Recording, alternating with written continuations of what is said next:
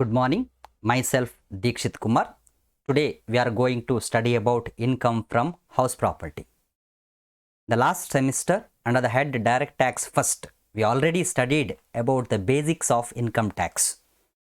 And we have also studied about income from salaries. Once again, I want to recall whatever we have studied in the last semester. All of you know that for the purpose of income tax, the gross total income of an assessee is classified under 5 heads. Repeat, for the purpose of income tax, the gross total income of an assessee is classified in 5 heads. Number 1, salaries covered from section 15 to section 17. Number 2, income from house property covered from section 22 to section 27. And number 3, profits and gains from business or profession from section 28 to section 44. Fourth one, capital gains from section 45 to section 55. And last one, income from other source from section 56. So under that, we already studied about income from salaries in the last semester. In this semester, we are going to study about income from house property. House property ಅಂದರೆ house, ಮನೆಯಿಂದ ಬರ್ತಕ್ಕಂಥ ಆದಾಯವನ್ನ house property, income from house property ಅಂಡರ್ನಲ್ಲಿ ತಗೊಳ್ತಾರೆ. So first of all, before studying what is income from house property, let us study what is the property, what is the house property according to the section 22 to 27. As per the section 22 of the Income Tax Act 1961, under the head income from house property, ಪ್ರೇಮ ಬಾಬೆನ ಹಿಡ್ಕೊಳ್ಳಿಯಾ, ಸ್ವಲ್ಪ ಹೊರಗಡೆ ಹೋಗಿ.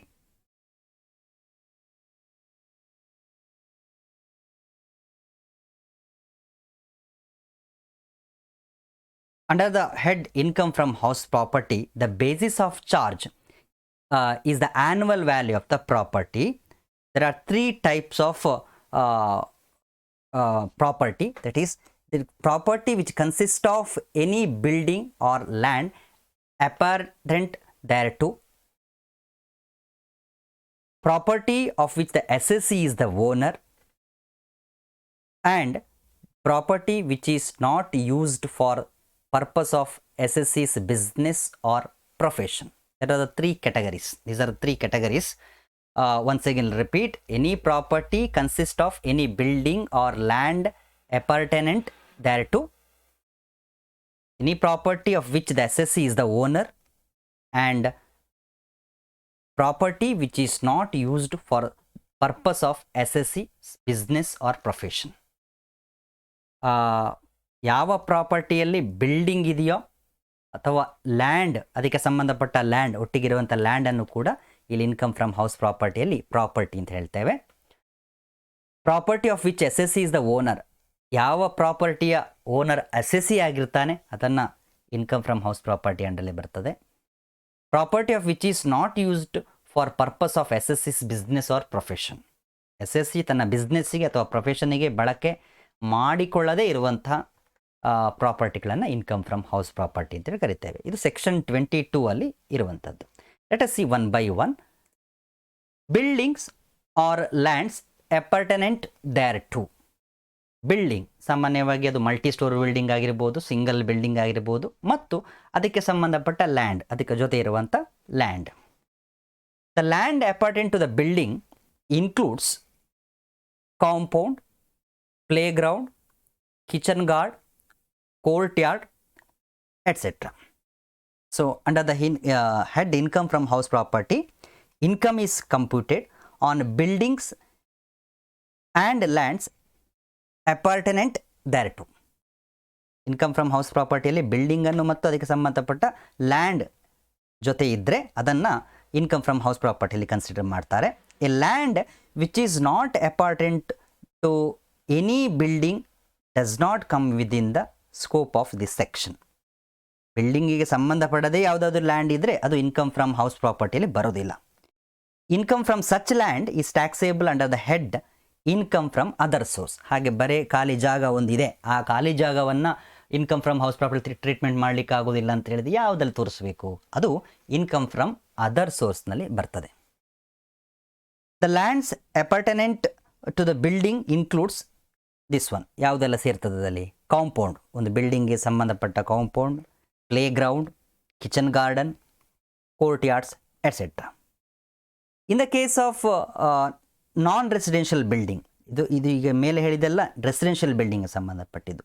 ಇನ್ the case of non residential building, car parking spaces, drying grounds, playgrounds, connecting roads in the factory area shall be the lands appertinent there to the building there too.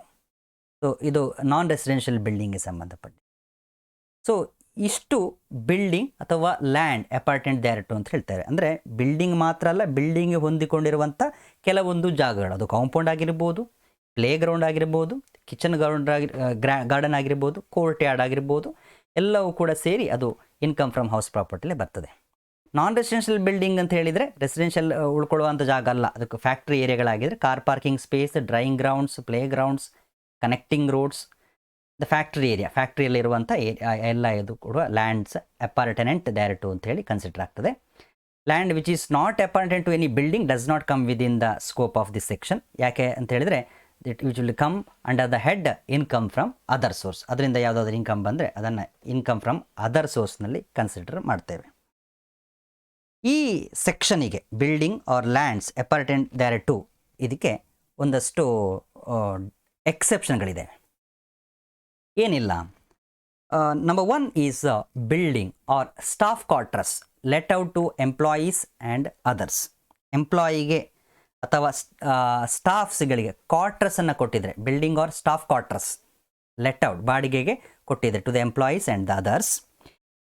As per the section, ಈ ಸೆಕ್ಷನ್ನ ಪ್ರಕಾರ, if the SSE lets out the building or staff quarters to the employee of business whose residence there is a necessity for the efficient conduct of the business, ಅವನಿಗೆ ಮನೆಯನ್ನು ಕೊಡಲೇಬೇಕಾದ ಅನಿವಾರ್ಯತೆ ಇದ್ದಾಗ, the rent collected from such employees is assessable as income from business, not as income from house property. ನೀವು ನಿಮ್ಮ ಕಂಪನಿಯ ಕ್ವಾರ್ಟರ್ಸ್ಗಾಗಿರ್ಬೋದು, building ಆಗಿರ್ಬೋದು, ಅದನ್ನು ಎಂಪ್ಲಾಯಿಗೆ ಲೆಟ್ ಔಟ್ ಬಾಡಿಗೆಗೆ ಕೊಟ್ಟಾಗ, if the SSE let outs the building or staff quarters to the employees of the business whose residence there is a necessity for the efficient conduct of the business, ಬಿಸ್ನೆಸ್ಗೋಸ್ಕರ ಕೊಡಲೇಬೇಕಾದ ಅನಿವಾರ್ಯತೆ ಬಂದಾಗ, the rent collected from such employees, ಎಂಪ್ಲಾಯಿಯಿಂದ ಪಡ್ಕೊಂಡಂಥ rent ಇದೆಯಲ್ವ, is assessable as income from business, ಅದು ಬಿಸ್ನೆಸ್ಸಿಂದ ಬಂದ ಇನ್ಕಮ್ ಅಂತೇಳಿ ಟ್ರೀಟ್ಮೆಂಟ್ ಮಾಡಲಾಗ್ತದೆ. ಅದನ್ನು ಇನ್ಕಮ್ ಫ್ರಮ್ ಹೌಸ್ ಪ್ರಾಪರ್ಟಿ ಅಂತೇಳಿ ಟ್ರೀಟ್ಮೆಂಟ್ ಮಾಡಲಿಕ್ಕಾಗೋದಿಲ್ಲ. ಇದು ಒಂದು ಕೇಸ್ನಲ್ಲಿ ಡಿಸೈಡ್ ಆಗಿರೋದು, commission of income tax versus Delhi cloth and general mills limited ಅಂತೇಳಿ ಇನ್ಕಮ್ ಟ್ಯಾಕ್ಸ್ ಡಿಪಾರ್ಟ್ಮೆಂಟ್ ಇರುವಂಥ ಕೇಸ್ನಲ್ಲಿ ನಿರ್ಧಾರದಂದು. ಇದು ಒಂದನೇದು, ಬಿಲ್ಡಿಂಗ್ ಅಥವಾ staff quarters let out to employees and others. ಅಂದರೆ ಎಂಪ್ಲಾಯೀಸ್ಗಳಿಗೆ ಬಾಡಿಗೆ ಕೊಟ್ಟಿದ್ದರೆ ಆ ಬಾಡಿಗೆ ತಗೊಳ್ಳೋದು ಇದೆಯಲ್ಲ, ಎಂಪ್ಲಾಯೀಸಿಗೆ ಕೊಟ್ಟದ್ದು, ಅದು ಬಿಸ್ನೆಸ್ ಇನ್ಕಮ್ ಆಗ್ತದೆ, ಅದು ಇನ್ಕಮ್ ಫ್ರಮ್ ಹೌಸ್ ಪ್ರಾಪರ್ಟಿ ಅಂತ ಆಗೋದಿಲ್ಲ. ಯಾಕೆಂತ ಹೇಳಿದರೆ ಎಂಪ್ಲಾಯಿ ಬಿಸ್ನೆಸ್ನದು, ಸೊ ಬಿಸ್ನೆಸ್ಸಿನ ಸ್ಮೂತ್ ರನ್ನಿಂಗ್ ಆಗಲಿಕ್ಕೋಸ್ಕರ ಮನೆಯನ್ನು ಕೊಟ್ಟಿರೋದ್ರಿಂದ ಅದು ಬಿಸ್ನೆಸ್ ಇನ್ಕಮ್ ಅಂತೇಳಿ ಅನಿಸಿಕೊಳ್ತದೆ. Next one, if building is let out to authorities for locating bank, post office, police stations etcetera. ಅಂದರೆ ಕೆಲವೊಂದು ಸಲ ನೀವು ಕೂಡ ನೋಡಿರ್ಬೋದು, ಆಸ್ಪಾಸಿನಲ್ಲಿ ಕೆಲವೊಂದು ಬಿಲ್ಡಿಂಗನ್ನು, ಖಾಸಗಿ ಜಾಗವನ್ನು ಪೊಲೀಸ್ ಸ್ಟೇಷನಿಗೋ, ಪೋಸ್ಟ್ ಆಫೀಸಿಗೋ, ಬ್ಯಾಂಕಿಗೋ ಕೊಟ್ಟಿರ್ತಾರೆ. ಅದನ್ನು ಹೇಗೆ ಕನ್ಸಿಡರ್ ಮಾಡೋದು? If a building is let out to authorities for locating bank, post office, police station etcetera, income from such building will be assessable as income from business. ಹೀಗೆ ಬಾಡಿಗೆ ಕೊಟ್ಟಿದ್ರೆ ಪೊಲೀಸ್ ಸ್ಟೇಷನಿಗೋ ಅಥವಾ commercial ಪರ್ಪಸ್ಸಿಗೆ ಹೀಗೆ ಬಾಡಿಗೆ ಕೊಟ್ಟಿದ್ದರೆ ಅದನ್ನು ಇನ್ಕಮ್ ಫ್ರಮ್ ಬಿಸ್ನೆಸ್ ಅಂತೇಳಿ consider ಮಾಡಲಾಗ್ತದೆ.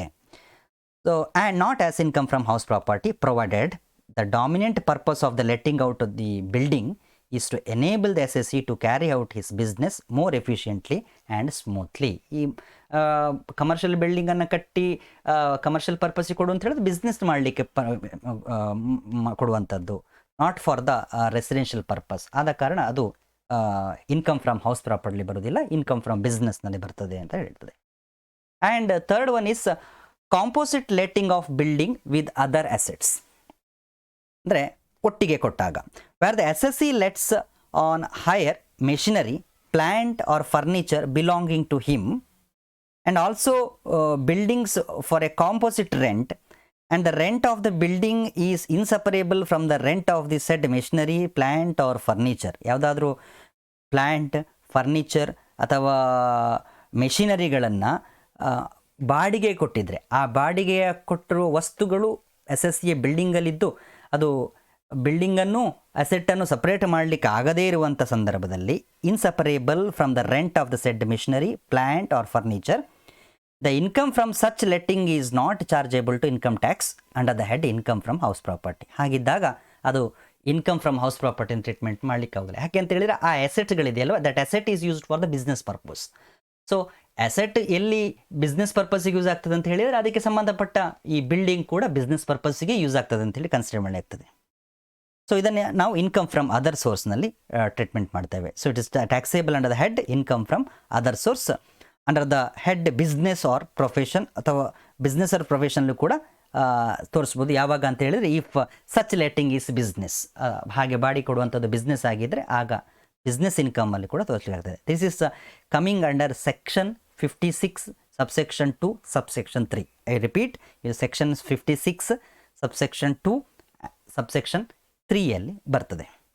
Next one paying guest accommodation. Paying guest accommodation, paying guest ಅನ್ನುವಂಥದ್ದು ಗೆಸ್ಟ್ ಪೇಯ್ಡ್, ಮನೆಗೆ ಅತಿಥಿ ಬರುವಂಥದ್ದು ಪೇಮೆಂಟ್ ಮಾಡಿಯೇ ಬರೋದಿದ್ರೆ that is business. It is assessable as business income. Where the terms of a memorandum of association, the main object of the S S C or S S C company was to acquire the property and earn income by letting out the same. Said income was brought to tax as business income and not the income of house property. In company ಯಾವುದಾದ್ರೂ ಒಂದಷ್ಟು ಬಿಲ್ಡಿಂಗ್ಗಳನ್ನು ತಗೊಂಡು ಅದನ್ನು business ಪರ್ಪಸ್ಸಿಗೆ use ಮಾಡ್ತದೆ ಅಂತ ಹೇಳಿ ಆದರೆ then that income is also comes under the income from business income, not as income from house property.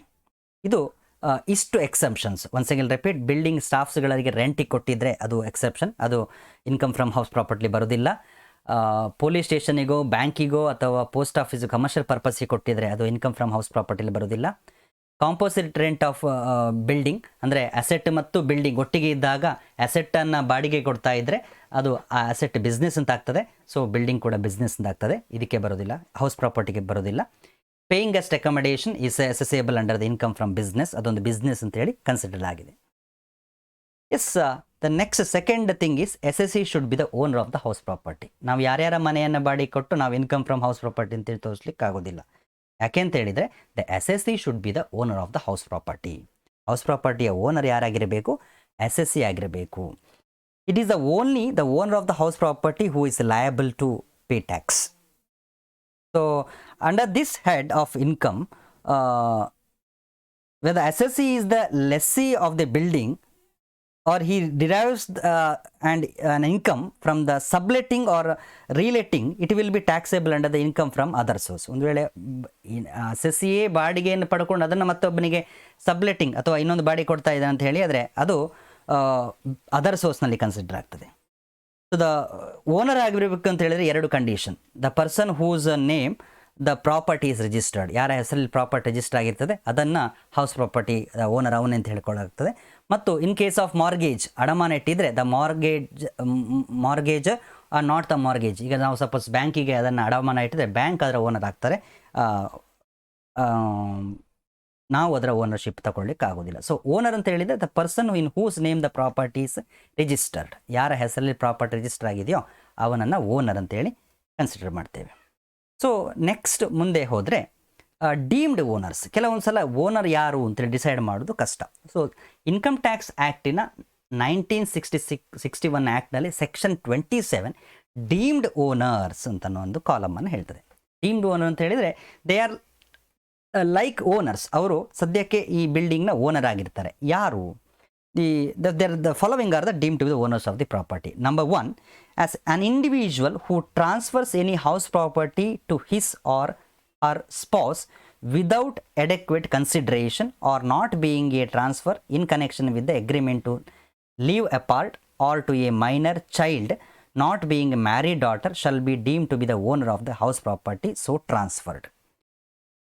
Consideration ಇಲ್ಲದೆ, ಯಾವುದೇ ಸಮಥಿಂಗ್ ರಿಟರ್ನ್ ಇಲ್ಲದೆ ಪ್ರಾಪರ್ಟಿಯನ್ನು ಇಂಡಿವಿಜುವಲ್ ಅವನ ಸ್ಪೌಸಿಗೆ, ಗಂಡ ಆಗಿದ್ದರೆ ಹೆಂಡತಿ, ಹೆಂಡತಿ ಆಗಿದ್ದರೆ ಗಂಡ, ವಿದೌಟ್ ಅಡಿಕ್ವೇಟ್ ಕನ್ಸಿಡರೇಷನ್, ಯಾವುದೇ ಫಲಾಪೇಕ್ಷೆ ಇಲ್ಲದೆ ಹೆಂಡತಿ ಹೆಸರಿಗೆ ಬರೆದಿದ್ರೆ, ಅಥವಾ minor child not being a married daughter, ಮದುವೆಯಾಗದ ಮಗಳ ಹೆಸರಿಗೆ ಅಥವಾ ಮೈನರ್ ಚೈಲ್ಡ್ನ ಹೆಸರಿಗೆ ಲ್ಯಾಂಡನ್ನು ಅಥವಾ ಬಿಲ್ಡಿಂಗನ್ನು ಕೊಟ್ಟಿದ್ದರೆ, ಬರೆದು ಕೊಟ್ಟಿದ್ದರೆ, ಆವಾಗ ಆ ಸ್ಪೌಸ್ ಅಥವಾ ಮೈನರ್ ಚೈಲ್ಡ್ ಅಥವಾ unmarried daughter will be the deemed owner of the house property.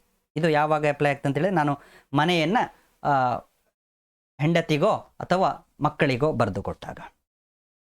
A member of, second one, A member of cooperative society, company or an association of persons to whom building or its part is allotted or leased under house building scheme of the society, company or association shall be deemed to be the owner of the property.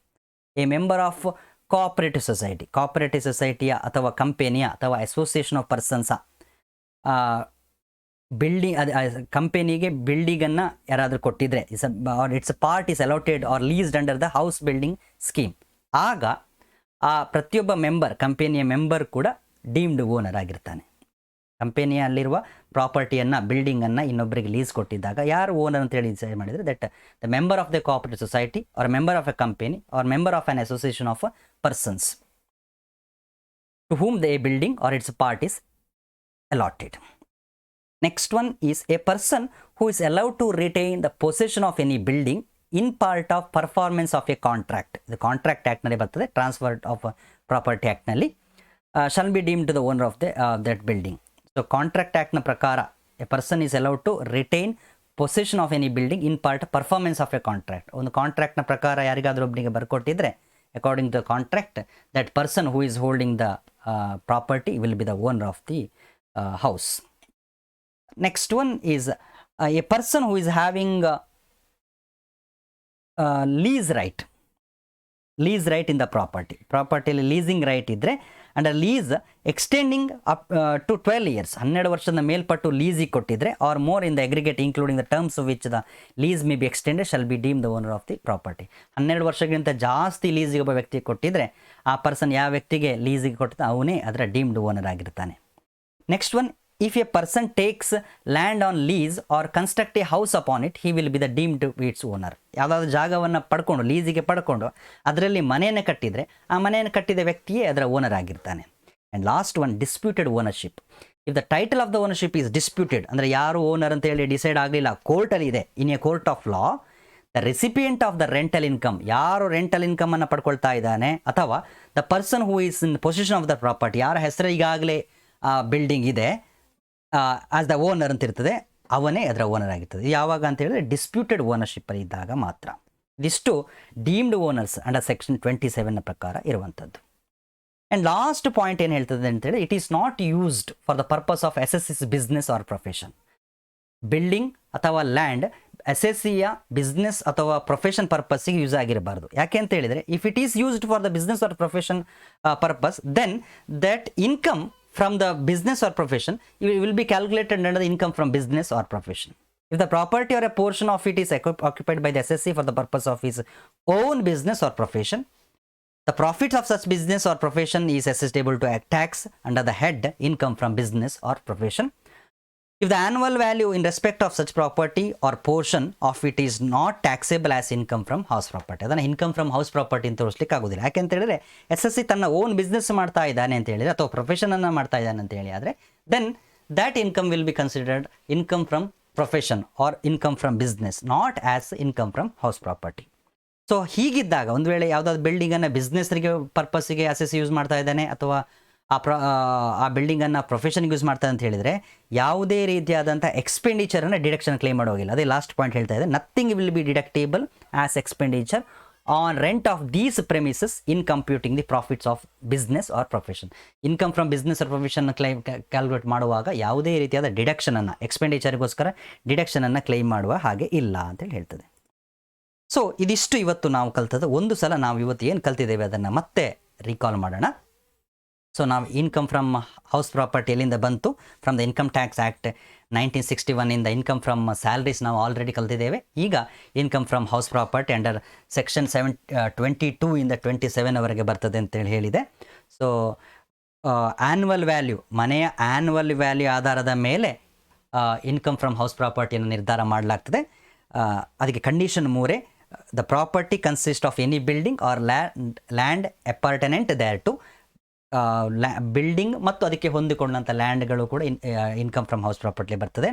Property of which the S is the owner, SSE owner ಆಗಿರಬೇಕು. ಯಾರೆಲ್ಲ owner ಅಲ್ಲ ಅಂತೇಳಿ ಈಗಾಗಲೇ ನಾವು section 27 deemed ಓನರ್ಸಲ್ಲಿ ನೋಡಿದೆವು. ಅದ್ರ ಜೊತೆಗೆ first ಪಾಯಿಂಟ್ನಲ್ಲಿ ನೆನ್ಪಿಟ್ಕೊಳ್ಬೇಕು, ಎಕ್ಸೆಪ್ಷನ್ಗಳು ಕೂಡ ಇದೆ. Building or lands appurtenant thereto ಅಂತದಕ್ಕೆ ಕೆಲವೊಂದು ಎಕ್ಸೆಪ್ಷನ್ಗಳಿದೆ. ಅದು building or staffs quarters to let out to employees and others. If ಈ building is let out for authorities, post office, bank, police ಸ್ಟೇಷನಿಗೆ ಕೊಟ್ಟಿದ್ದರೆ, ಕಾಂಪೋಸಿಟ್ ಲೆಟ್ಟಿಂಗ್ ಆಫ್ ಬಿಲ್ಡಿಂಗ್ ಮತ್ತು paying guest accommodation, ಇಷ್ಟನ್ನು ಬಿಟ್ಟು ಉಳಿದದೆಲ್ಲ ಕೂಡ any building land appurtenant thereto will be consider as income from house property. SSE owner ಅಂತ ಹೇಳಿ ಆಯಿತು. ಡೀಮ್ಡ್ ಓನರ್ಸ್ ಸೆಕ್ಷನ್ 27 ಓದಿದೆವು. And last point which is not used for the purpose of SSE's business or profession, ಇದನ್ನು ಕೂಡ ನೋಡಿದೆವು. So ಇಷ್ಟು ಸೆಕ್ಷನ್ಗಳನ್ನು ಮತ್ತೊಂದು ಸಲ ಮನನ ಮಾಡಿಕೊಳ್ಳಿ ಅಂತ ಹೇಳ್ತಾ ಈ ಕ್ಲಾಸನ್ನು ಇಲ್ಲಿಗೆ ಮುಗಿಸ್ತಾ ಇದ್ದೇನೆ. ಎಲ್ಲರಿಗೂ ನಮಸ್ಕಾರ.